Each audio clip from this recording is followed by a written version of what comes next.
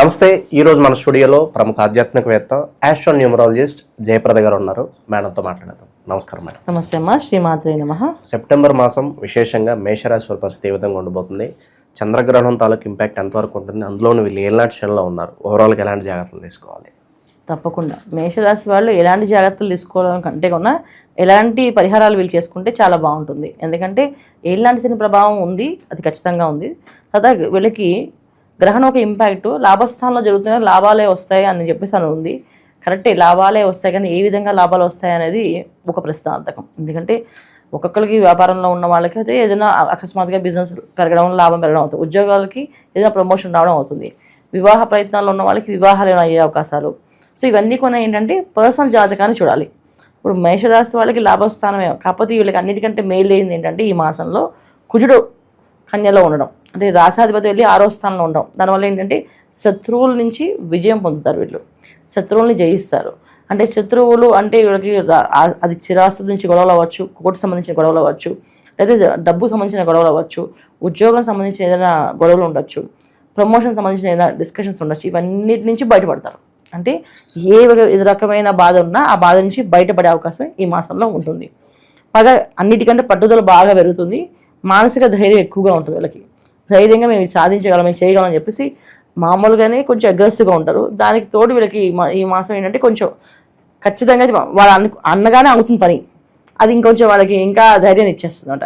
Okay, నేను ఇలా అన్నాను, అది అయిపోయింది, అందుకని ఖచ్చితంగా నేను చేసిందే కరెక్ట్ అని చెప్పి దాంతో వెళ్తారు. అందువల్ల వీళ్ళకి 6వ స్థానంలో కూర్చుండడం చాలా యోగ్యమైంది. దానివల్ల మంచి లాభాలే ఉంటాయి.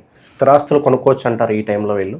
ఆస్తులు కొనుక్కోవచ్చు, కాకపోతే ఏంటంటే ఇక్కడ కొన్ని ఆలోచించి అడుగు వేయాలి. ఎందుకంటే 6వ స్థానంలో కుజుడు ఉండడం ఒక విధంగా బలమైన విషయమైనా కానీ అగ్రెసివ్గా కొన్ని తీసుకునే అవకాశం ఉంటుంది. ఇప్పుడు ఆ ఆస్తి మంచిదో కాదా, ఒక్కొక్కసారి ఆ ఆస్తి 2-3 సార్లు కొనుక్కునే వాళ్ళలో వీళ్ళు వెళ్ళి ఇరుక్కుపోవచ్చు. అలాంటివి జరుగుతుంటాయి. అందుకని 10 సార్లు పరిశీలించి చేసుకుని తీసుకోవాలి. ఇలా ఆస్తి తీసుకోవాలనుకున్నా, చిరాస్తి కోసం అనుకున్నా, వ్యాపారం కోసం అనుకున్నా, ఉద్యోగం కోసం అనుకున్నా, వివాహం కోసం అనుకున్నా, సంతానం కోసం అనుకున్నా, ఇది పర్సనల్గా జాతకాన్ని చూపించాలి. సో మేము తీసుకుందాం అనుకుంటున్నాం, తీసుకోమంటారా వద్దా అని వాళ్ళ జాతకం చూపిస్తే ఒకసారి మన జాతకంలో వాళ్ళకి ఆ యోగం ఉందా లేదా చూస్తాం.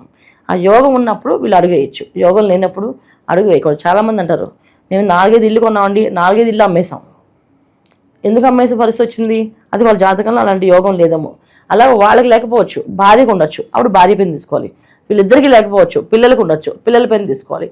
అలా మనం జాతకం చూస్తేనే మీరు ఇది చేయొచ్చు, మీరు ఇది చేయకూడదు అని చెప్పచ్చు. అందుకని గోచార ఫలితాల్లో స్థిరాస్తి నిలబడుతుందా అంటే కాదు. ఈ గోచార ఫలితాలు ఏం చెప్పొచ్చు అంటే ఆస్తి గొడవలు ఉంటే గొడవల నుంచి బయటపడే అవకాశం ఉంటుంది, మనకి అనుకూలంగా వచ్చే అవకాశం ఉంటుంది. మీకు ఏదైనా కావాల్సిన విషయాలు, విదేశీ ప్రయాణాలు ఉంటే ప్రయాణం అవుతుందా లేదా దాని మీద చెప్పచ్చు. విదేశీ ప్రయాణం వెళ్ళొచ్చు, సాఫీగా ఉంటుంది, హ్యాపీగా జరుగుతుంది, వెళ్ళండి, లేదా వెళ్ళకండి, చాలా ఇబ్బంది పడతారు, ఇవి చెప్పచ్చు. అంతేగాని పర్సనల్ జాతకం కాకుండా ఈ గోచర ఫలితాల్లో ఏది కూడా ఇది ఖచ్చితంగా అవుతుంది చేసుకోండి అని చెప్పలేము మనం. సంతాన విషయంలో కానీ, తర్వాత వివాహ విషయంలో కానీ, భార్యాభర్త మధ్య సమస్యలు కానీ కాస్తంత ఇబ్బంది పెట్టే అవకాశాలు ఉన్నాయి.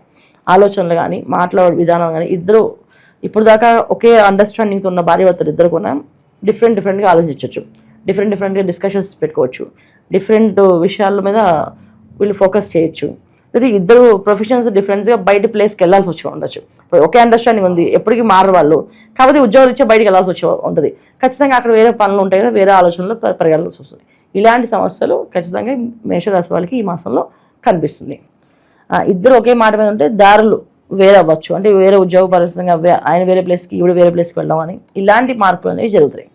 ఇంట్లో సంబంధించిన కొన్ని విషయాల్లో పెద్దవాళ్ళతో కానీ పిల్లలతో కానీ కాస్త మార్పులు, పిల్లలు వేరే చోటకి వీళ్ళు వేరే చోటకి వెళ్ళే ట్రాన్స్ఫర్స్ అవ్వడం కానీ, వేరేగా ఉండవలసిన పరిస్థితి రావడం కానీ ఇలాంటివి జరుగుతున్నాయి. ఇలాంటివి మేషరాశి వాళ్ళకి ఈ మాసంలోనే.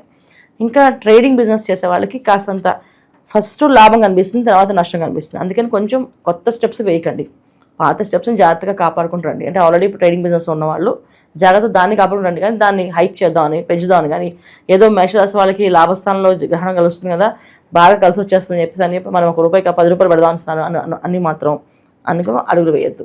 అలా చేయాలి అనుకుంటే మీ జాతకంలో దశలు బాగున్నాయా, యోగిస్తున్నాయా, ఇప్పుడు నేను చేయొచ్చా అనేది మీ పర్సనల్ జాతకాన్ని చూపించుకోండి. చూపించుకున్నాకే వెళ్ళడం మంచిది, చాలా మంచిది. కానీ వెంటనే చేద్దామని మాత్రం అనుకోకండి. ఇది మెయిన్ మేషరాశి వాళ్ళకి. అన్నిటికంటే ఏంటంటే వీళ్ళకి పంచమ స్థానంలో కేతువుతో ఉండడం వల్ల పిల్లలు కాస్తంత ఆలోచన విధానం మార్పు ధోరణి, వాళ్ళ జాతకంలో బలంగా లేకపోతే వాళ్ళు కొంచెం చెడు వ్యసనాలకు వెళ్ళడం కానీ, చెడు మార్గాల్లోకి వెళ్ళడం కానీ, చెడు స్నేహితులతో ఉండడం కానీ ఇలాంటి జరిగే అవకాశం కూడా ఉంది. ఇక్కడ ఏంటంటే మనం వాళ్ళు ఎలా పరిస్థితిలో ఉన్నారు, ఎలా పెరుగుతున్నారు, చిన్నపిల్లల పెద్దవాళ్ళ. చిన్నపిల్లలు అయితే కాస్త అనారోగ్య సమస్యలు వస్తాయి, కాస్త ఆరోగ్యం అటు ఇటుగా ఉండి వాళ్ళ కోసం ఏదో ఒక టెన్షన్ అది మైండ్లో పడుతూ ఉంటుంది. మనం దానివల్ల ముందుకు ఒక అడుగు వేయలేం. ఇలాంటి పనులు జరుగుతుంటాయి. పెద్దవాళ్ళు అయితే మాత్రం ఎక్కడికి వెళ్తున్నారు, ఏం చేస్తున్నారు అనేది మీరు ఒక కంట కనిపెట్టాలి. ఎందుకంటే ఈ మాసంలో జాగ్రత్తగా చూసుకోకపోతే ఈ గ్రహణం ఎఫెక్ట్ అన్ని రాశుల వాళ్ళకి ఉన్నాయి, అన్ని నక్షత్రాలకి ఎఫెక్ట్ ఉంటుంది. సో ఎవరికి ఏ పరిస్థితి ఎలా నడుస్తుందో మనకు తెలియదు. సో పర్సనల్ జాతకం మనం చూడట్లేదు. పర్సనల్ జాతకంలో దశలు బాగాలేకపోతే ఖచ్చితంగా వీళ్ళు వెళ్ళి ఏ పోలీస్ కేసులోనో లేకపోతే ఏదో ఒక రాబరీ కేసులోనో వాటిలో వీళ్ళు వెళ్ళే అవకాశం ఎక్కువగా ఉంది. అందుకే జాగ్రత్త పడాల్సిన అవసరం ఉంది. మిగతా విషయాల్లో అన్నీ కూడా ప్రశాంతంగా బాగున్నాయి. ఓవరాల్గా ఎలాంటి పరిహారాలు దైవారాధన వీళ్ళకి బాగా కలిసి వస్తాయి అంటారు ఈ మాసం అంతా సుబ్రహ్మణ్య స్వామి ఆరాధన చేసుకోవడం, ఎక్కువగా శివాయ గురువే నమః అనే మంత్రాన్ని ఎక్కువ చేసుకుంటూ ఉండడం చేస్తే చాలా చాలా విశేషం. ప్రతి మంగళవారం సుబ్రహ్మణ్య స్వామి గుడికి వెళ్ళడం, ప్రదక్షిణాలు చేయడం, కాస్తంత అక్కడ అభిషేకం కానీ అర్చన కానీ స్వామివారికి ఏది అక్కడ విశేషంగా చేస్తారో అది చేయించుకోవడం. కృత్తికా నక్షత్రం రోజున ఒక విశేషమైన అభిషేకాలు చేస్తుంటారు కొన్ని టెంపుల్స్లో హోమాలు కూడా చేస్తుంటారు. అలా చేయించడము, ఇవన్నీ కాకుండా అన్నదానం చేయించడం, వీళ్ళకి అన్నదానం చేయించడం చాలా చాలా విశేష ఫలితాన్ని ఇస్తుంది. ఎక్కువ అన్నదానం చేయిస్తుంటే మంచి ఫలితం ఉంటాయి వీళ్ళకి. విశేషంగా ఏళ్ళనాటి శని ప్రభావం కాస్త తగ్గడానికి శనికి సంబంధించి కూడా ఏదన్నా పరిహారాలు ఉంటే వీళ్ళ కోసం తెలియజేయండి. ఏళ్ళనాటి శని ప్రభావం తగ్గదమ్మా, దాన్ని మనం అనుభవించాలి అంటే ప్రతిరోజు ఏం చేయాలంటే ఏదో ఒక రకంగా నడుస్తూ ఉండాలి. అది పొద్దున్నే మార్నింగ్ వాకింగ్ అవ్వచ్చు, లేదా గుళ్ళో ప్రదక్షిణాలైనా అవ్వచ్చు. గుళ్ళో ప్రదక్షిణాలుగా చేసామనుకోండి మనకి పుణ్యం వస్తుంది, పురుషార్థం వస్తుంది. అదే మార్నింగ్ వాకింగ్ చేసామనుకోండి కర్మ ఫలితం నుంచి బయటపడతాం. చాలామంది ఎర్లీ మార్నింగ్ లేచి కాస్త 5 కిలోమీటర్స్ 10 కిలోమీటర్స్ నడుస్తుంటారు కదా, ఇవన్నీ కూడా ఏళ్ళనాటి శని ప్రభావంలో కాస్త తగ్గుతుంది.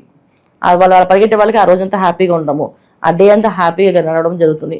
అదే పని కాస్త స్నానం చేసి గుళ్ళో ప్రదక్షిణాలు చేశారనుకోండి ఏంటి, ఏళ్ళనాటి శని ప్రభావం తగ్గుతుంది, ఇటు గుళ్ళో ప్రదక్షిణాలు చేసినందుకు ఈ పుణ్యం కూడా వస్తుంది.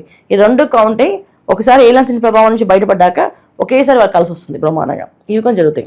అయితే వీళ్ళు చూసే విధానం ఏంటంటే మనం పాజిటివ్గా ఉండాలి అంటే పొద్దున్నే బ్రాహ్మీ ముహూర్తంలో లేవడం, స్నానం ఆచరించడం, ఏది టెంపుల్స్కి వెళ్ళడం, ఇవి చేస్తూ ఉంటే శని ప్రభావం నుంచి బయటపడతాం. తర్వాత మన కింద వాళ్ళు పనిచేసే వాళ్ళకి సర్వీస్ చేయడం, వాళ్ళకి ఏదైనా ఇవ్వడము, ఏదైనా ఫుడ్ పెట్టడము, లేకపోతే అవసరమైతే డబ్బులు ఇవ్వడం, అంతేగాని వాళ్ళని పరుషంగా మాట్లాడడం కానీ, వాళ్ళని ఆర్డర్స్ వేయడం కానీ, వాళ్ళని హీనంగా చూడడం కానీ ఇలాంటి పనులు చేయకూడదు. కొంతమంది మాట్లాడరు కానీ హీనంగా చూస్తారు, అలాంటి పనులు చేయకూడదు. ఏళ్ళనాటి శని ప్రభావం ముఖ్యంగా కింద వాళ్ళని పై వాళ్ళని గౌరవంగా చూడాలి, కింద వాళ్ళని అభిమానంగా చూడాలి. ఈ రెండు చూస్తే వీళ్ళు బయటపడే అవకాశం ఎక్కువగా ఉంటుంది. ఓకే, ఓవరాల్గా సెప్టెంబర్ మాసం మేషరాశి వాళ్ళకి ఏ విధంగా కలిసి రాబోతుందని చాలా బాగా వివరించారు. ధన్యవాదాలు. నమస్తే అమ్మా. శ్రీమాత్రే నమః.